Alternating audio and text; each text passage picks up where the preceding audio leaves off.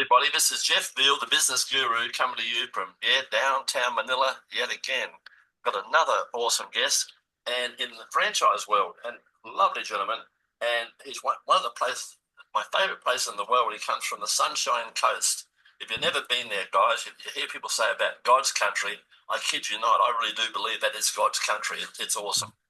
And the gentleman's name is Mr. Grant David Garraway, and his current title is founder.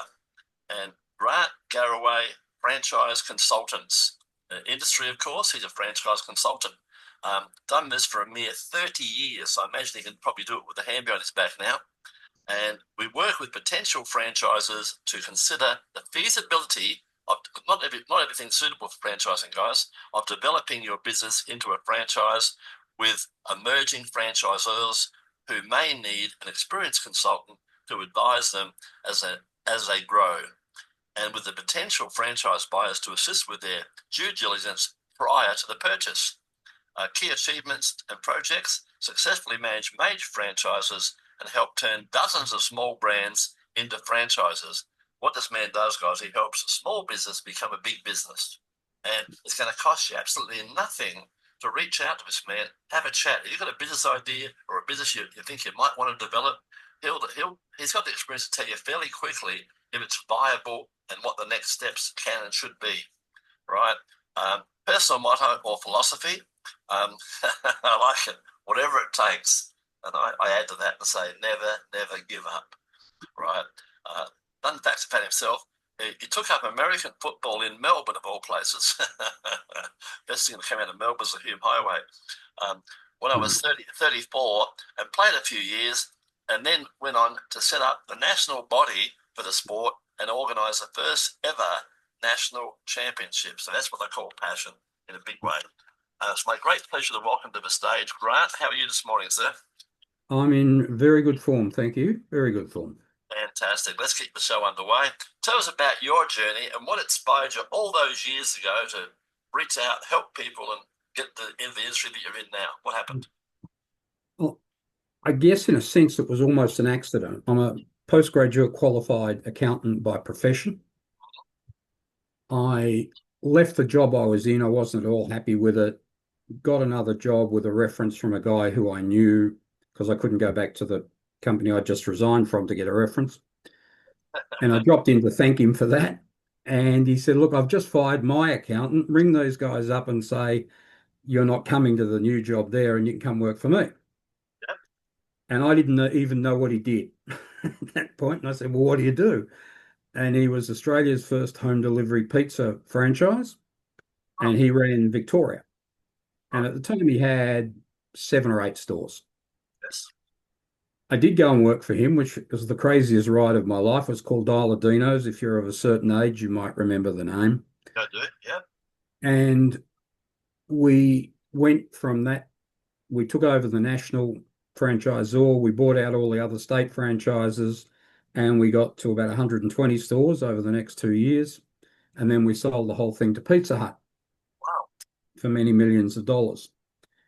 And so I got into franchising without even knowing what franchising was. I was the financial controller there, but it was an incredibly hands-on organization. There were no rules in those days. There was no franchise code.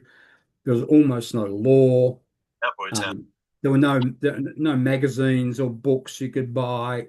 So Yes. you'd get to work every morning at about 7:30 and find out what had gone wrong in the shops the night before and write some new policies to stop that happening again.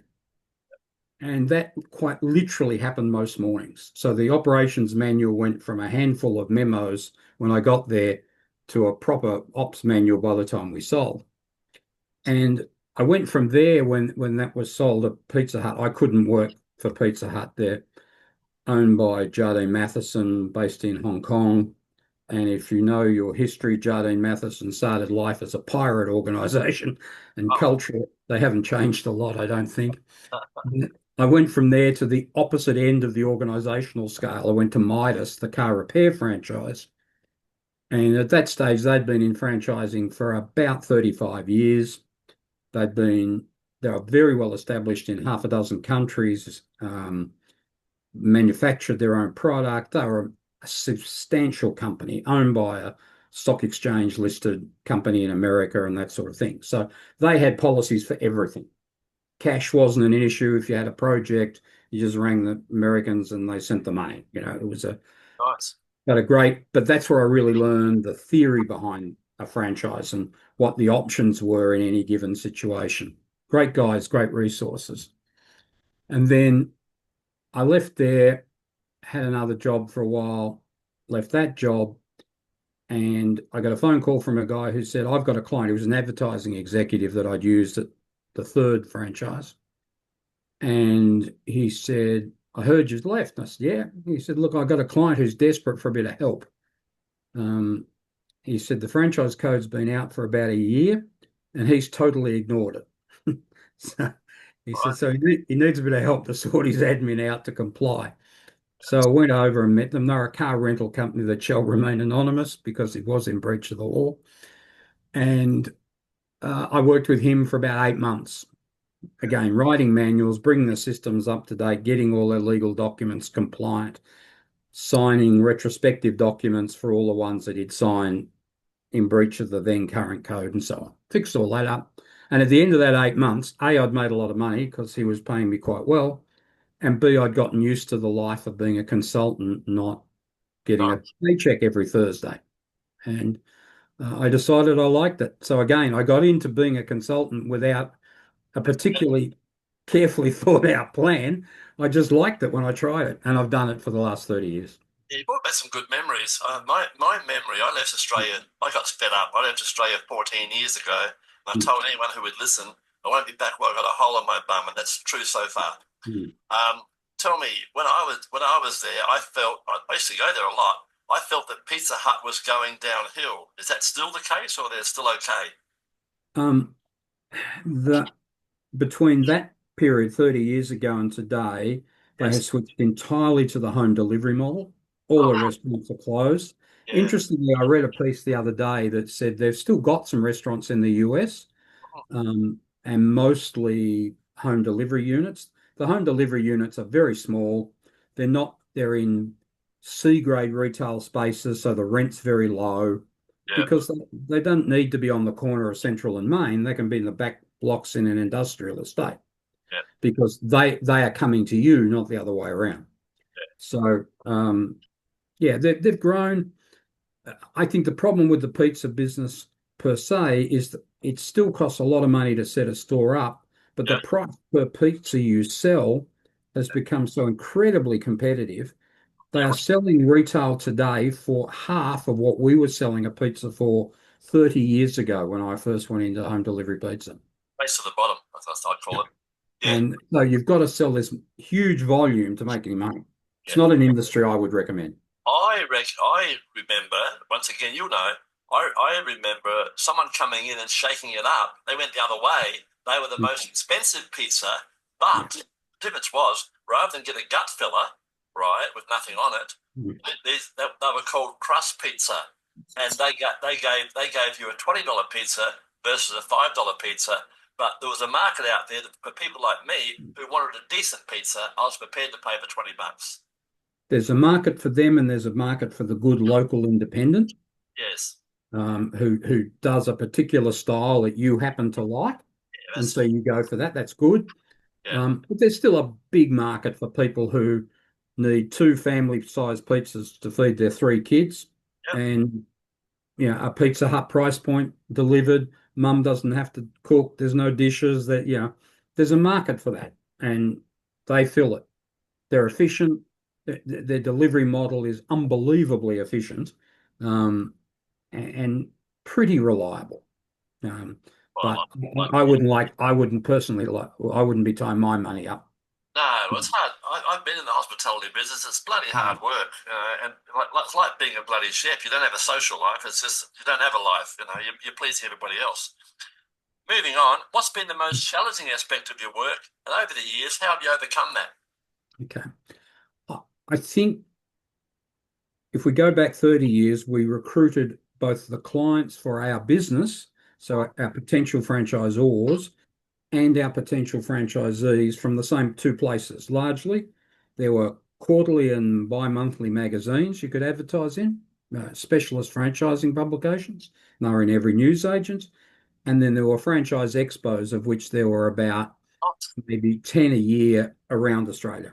Yeah, lots. I remember those. I went to heaps of those. So you'd lose 10 weekends standing on your stand talking to lots of folks, which was good. And then you would have your ads in the magazines. Yeah, Over the next 15 years, both of those went downhill dramatically as sources of leads. that right. Yep. Because a little thing called the internet came along and started to chip away at it. So Yeah, there was a middle period when both the franchise expos were still there, the magazines were still there, but now there were 10 or 15 different directories online. And so where did you put your dollars? No one could afford to be everywhere.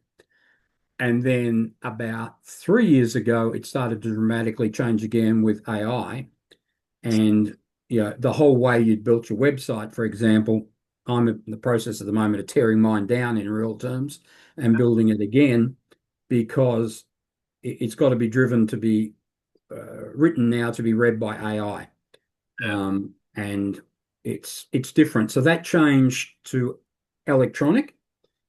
And as I said earlier, I'm an accountant by profession, not a code cutter. So I've had to learn enough to be able to talk with the experts, Yes. but not to try and be the expert.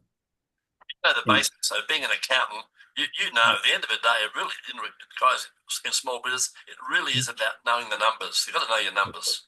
yeah, Right? Number of leads, like for example, if you get 10 leads and you mm, convert one sale, that's okay. You're getting 1 in 10. So mm, I can double your business overnight. All I do, I get you 20 leads because yeah, then you'll get two yeah. clients. It's really simple. Or help me convert two, not one. Correct. 100%. Either approach has the same impact. Yeah. So and it doubles your business. In Yeah. fact, I looked the other day at something, and you'll know this being a numbers man. Mm, Guys, if you do, this is a fact, guys, if you do a 1%, which is almost nothing, do a mm, 1% improvement per week, that turns out to be 67% more profit than what you made last year with a yeah. 1% per week, which is nothing. So Yeah. can you do 1% a week? Of course you can. You can probably do 1% a day if you put your mind to it. Mm. Anyway, moving on. Tell us about an important moment in your career that changed you alluded on it earlier about meeting that gentleman, but Yeah. tell us about how you changed your direction. What was the catalyst there? I, I think the love of that exposure I had as my first consulting job, Yes. that love of being self-employed, the freedom to Oh, yeah, it's um, great. just go to block out half a day on in the middle of December because one of my kids was singing in a primary school Christmas carols thing or Nice. something to pick something seasonal at the moment. And it I didn't realize how many I didn't go to my oldest two kids, their birthdays are one day apart, and they fell on the date of the then Sydney Franchise Expo. Got So it. Lovely for Harvey. 8 years in a row, Yeah, I didn't go to their birthday parties. incredible. Yeah, Now, in theory, they said, "That's okay, Dad, we understand."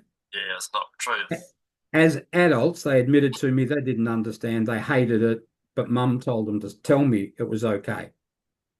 And that was gut-wrenching. And when I had the opportunity to not do that stuff so much, one of the advantages of moving up here, and one of the reasons we did it was we've got young grandchildren with my youngest daughter, Nice. and we're able to see a lot more of them, than we saw of some of the others. And if there's a function at the daycare centre for the end of the year, All you know, there. Dad can't go because he's working, but Pop can go, Yeah, and because that's it's my business. yeah, I love it. Tell me, in your opinion, what have been the key qualities or skills that have contributed to your amazing success over the years? Tell us about that.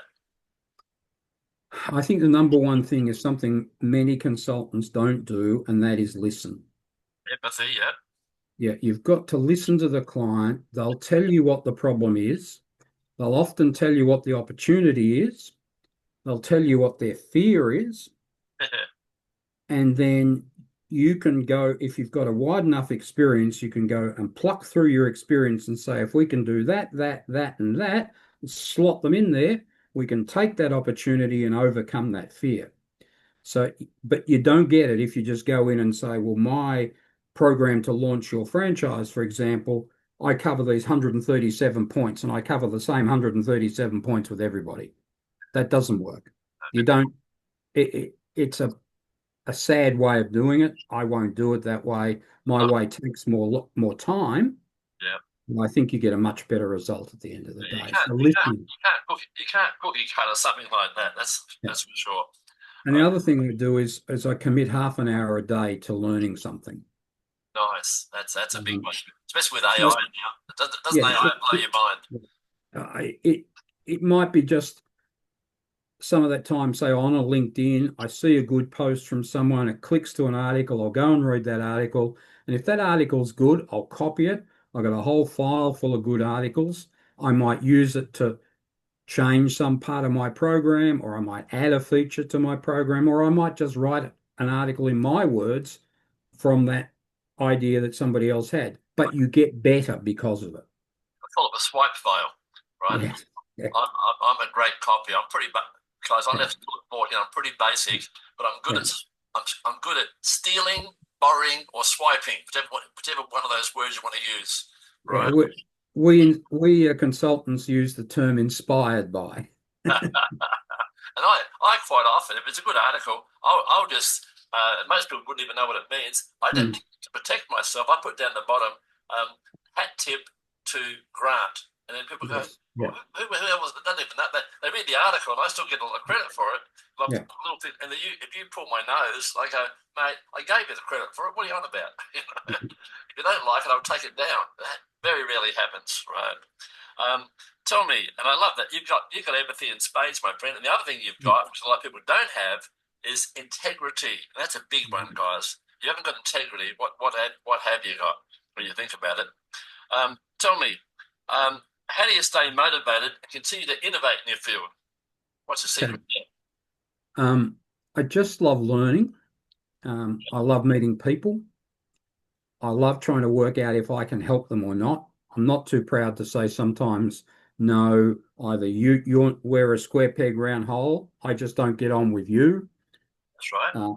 Or something you've said in those meetings is a breach of something I think is a fundamental. Yep. But most people I think I can help. And I've enjoyed helping people who perhaps couldn't get it from anyone else. They couldn't pay the sort of fees that these sort of programs cost. And I've done some jobs at basically uncommercial rates Yep. because I believed in what they were doing. Yeah. And one of those is now starting to pay off for me quite nicely. Yeah. What goes around comes around, doesn't it? Yeah, yeah. Yeah. Tell us about a recent project. You can tell us about a recent project or achievement that you yourself are particularly proud of, apart from being a wonderful grandpa. Yeah. Yeah, I don't think I can take a lot of credit. I think my daughter takes the credit for the kids. um, I'm very good at giving out presents on Christmas Day and that sort of stuff. Um, I think the the lady who runs a little business, she's based in Newcastle. It's called Ultim Stitches. They're an alterations business. You buy a pair of pants, you need them taken up, 10 centimeters, whatever. Pretty She boring, does yeah. Yeah, very simple business, Yeah. but the vast majority of people in Australia can't sew. They can't even hem. I can't. Yeah, so it's a good little business. You can do it. You can start from home. Yeah. And she rang me and said, I've spoken to maybe 20 franchise consultants, and their fees are not a little bit out of my league. They're 10 times what I could pay. Yeah. And I thought, I'm about to have a conversation with someone and politely say no in half an hour. Anyway, I talked with a lady and I decided I really liked her and I liked her business. And she was aiming to be able to have a business for people, particularly women who perhaps have just had a divorce. They've got a young family. They need to work from home at first And again, yeah. to get started, get an income. And I thought, yep, I can turn that into, we didn't do a franchise at the end. We did a license. There are technical reasons for that, but um, Very similar. Yeah. very similar. And we've just sold the first one for her, and I believe it'll be a highly successful business. But you know, I'm not sure I've been there about four times, and my fees certainly didn't cover my airfares and hotel bills. So I just did it because I thought it was a good thing to do. But no, yeah, it's a And learning curve, and it's a, like I say, it's a feel good. You know, not everything's about the dollar, right?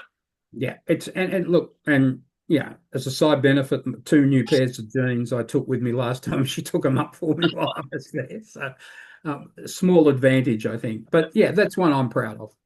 Yeah. You having this conversation, you take me back when you said Pizza Mm, Hut, Midas. I mean, being an ex-Aussie, they're sort mm, of household names. And yes. when you talked about the car rental business, Mm, what flooded into my mind, I used to love the guy, was mm, Budget Bob, mm, right, the American. And he was cool. He was a marketing, he was on steroids, that guy. you know, bloody amazing man. I love those sort of guys. mm. Tell me, what advice would you give someone, your son, your nephew, your niece, comes to you and says, "Look, I've just left uni, and what should I do with myself?" Well, what would your Yeah. advice be? Look, I think it doesn't matter what discipline it is. Work Yeah, for a big employer or two yeah, for 5 years yeah. Learn the and learn the basics of your craft. Be able to add two and two and get four every time. You yeah, know, the very yeah, just the what's the law, what's the rules, and have that stuff be instinctive. You've done it so many times, you've got all that. yeah, Then, but you work in relatively narrow fields in big companies. You don't get exposed to everything the company does. So I'd then go and work for a small brand where you have to be more a generalist, yeah. Nice. and you'll have a bit of involvement in marketing and distribution and legal and those not just your discipline. Real Yeah. business. Yeah, And then at that point, go and either run a business, run a franchise, or go and work in a franchise consultancy or whatever, a consultancy in engineering or whatever your discipline is.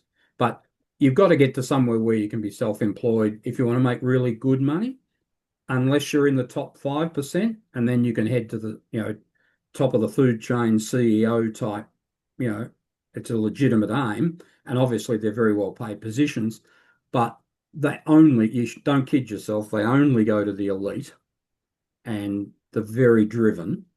And if you're a little shy of that, there's no point in committing 20 years of your life to corporate life because you're not going to get the top. You're not going to break the last two levels.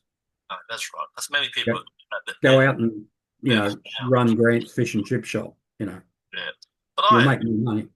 yeah, I lost the thought for a moment. I was trying to say, basically, I'd add to that. I'd say, reach out to people like Grant. If you've got an idea, that reach out, get a mentor. That a mentor, believe it or not, guys, they can shave you years off the journey. They might just say, one of my favourite sayings. I've had five multi-million-dollar businesses, guys. I worked my ass off all my life, and I used to say, "You don't know what you don't know," right?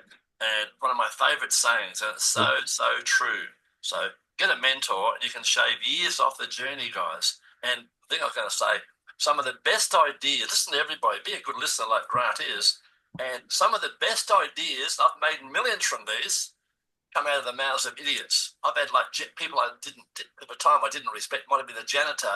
They said to me, "Why don't you do this?" I said, "Are you crazy?" And I went home that night and thought, "Shit, it's a bloody good idea." Made me a fortune, right? Sometimes people in the smallest role in a company see something. It's not necessarily even what they're anything to do with what they're paid to do, but they just observe something and say, "Why does the company do that? That's crazy. That's not efficient." Yeah, And they mention it to somebody. So don't worry about the level of the guy who's giving you an idea. And maybe 8 out of 10 things that you'll get told by those people are nonsense and you won't do anything with them. But 2 out of 10 will be worth looking at and one will make a lot of money. that'll be gold. It'd be Yeah, gold. yeah, agree. Be open-minded, Hmm. girls. Tell me, looking ahead, you're only at base camp, a young man. Yeah. What's your goals and aspirations for the future? Moving forward. Um, since I've moved up here to the Sunshine Coast, my goal is to work gradually a little bit less in hours, which means working a little bit smarter, Yeah. outsourcing a few things, that sort of stuff, which I'm in the process of doing now. Yes. Um, then somewhere, it might be tomorrow, it might be in 2 years, it might be in 5 years, I don't know yet. I'll look for somebody to take over the business Leave a legacy. Yeah. and exit. I don't, I have no busting desire to do it because I can do anything I want to do now. So, yeah, for example, I've taken an annual membership at Australia Zoo, which is about a 15-minute drive from my place.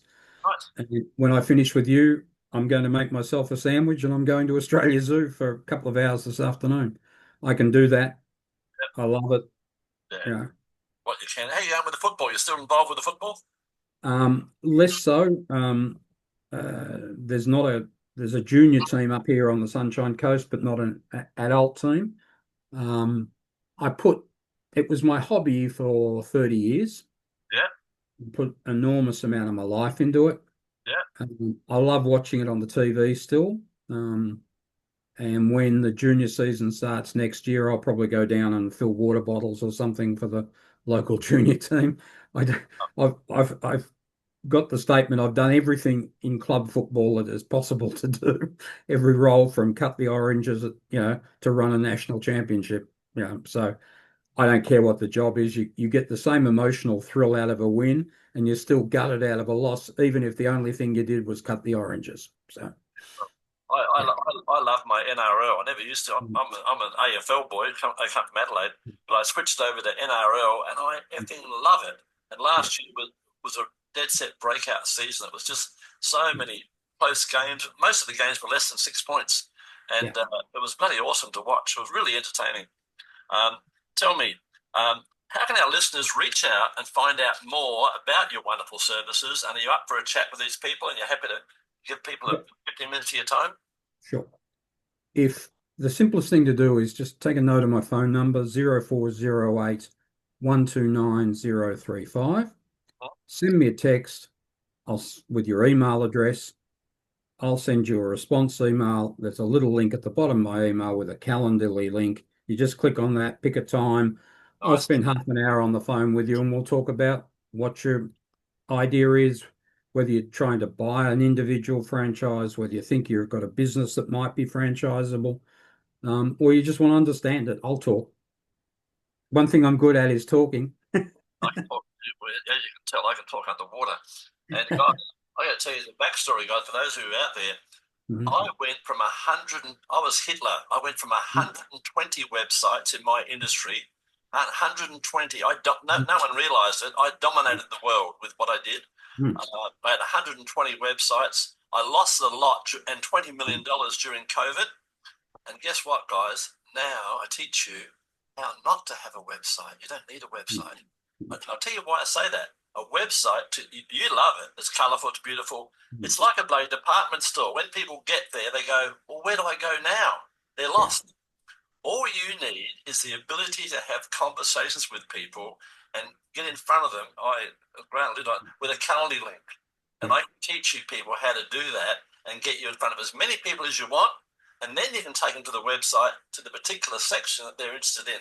So if you want to know about that, guys, feel free to reach out. If you want to know about franchising, reach out to Mr. Grant here. Before we wrap it up, my friend, which we're about to do, we can't let you go without you telling us a fun fact about yourself that most people don't know. What is that fun fact? Um, I, I'm not the funniest guy the world has ever seen. Account, that's why. Yeah, but I do occasionally do some crazy things financially. My son and I were in the States. It was the end of a 3-week football trip. We'd been and seen um, a variety of high school, college, and professional games live in an incredibly detailed itinerary that we planned to within an inch of its life. Yeah. Pre-purchased all the tickets, the airfares, the hotels, got it pretty cheap. And we're in LA with 2 days left before we had to fly home. and we heard there was no game that we could go. It was just the one we were just going to watch on the telly. And my son looked at the itinerary and said, there's a guy playing probably his last season in Denver. It's halfway across the states tomorrow, and we can get tickets for Wow. about 300 US each. And the guy was a legend. Neither of us had seen him. Yep. Neither of us had been to Denver. Yep. So we went, and we Mm. spent probably 2,000 Australian on this side trip, completely unplanned. And it was 2,000, I don't know, 10 years ago. So it was a fairly significant sum of money. And we did it because of the love of the sport, and to be able to say we saw him. And everyone I've explained it to said, you're out of your mind, it's crazy. But if you love your particular sport, that's it. We saw it, we bought the jersey, and sure enough, about a game and a half or 2 week and a half later, he retired. Yeah, there you go. And so the jersey hangs in the wardrobe. It doesn't get out very often, but I've got one. So, it's Guys, when you get older, you realise you make money. That's what you got to pay the rent, etc. Feed the family. But it's about the memories. It's about what I love now. For me, it took me a while to wake up. Is about the freedom, and more importantly, I'm buying memories. I travel because I can. I was telling Grant earlier. I travel every 2 months. Why? I don't even know why. Because I can. That's why I do it. Because I want to get out there and find out new stuff. I've got a thirst for knowledge. I just love life.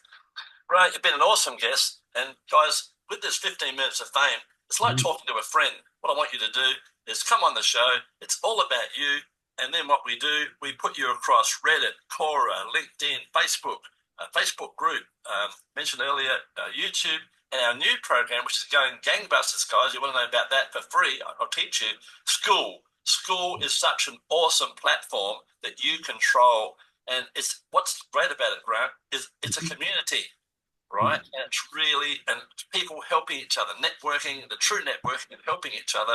It's an amazing platform, and I'm loving it to death. So I'll have a look at it.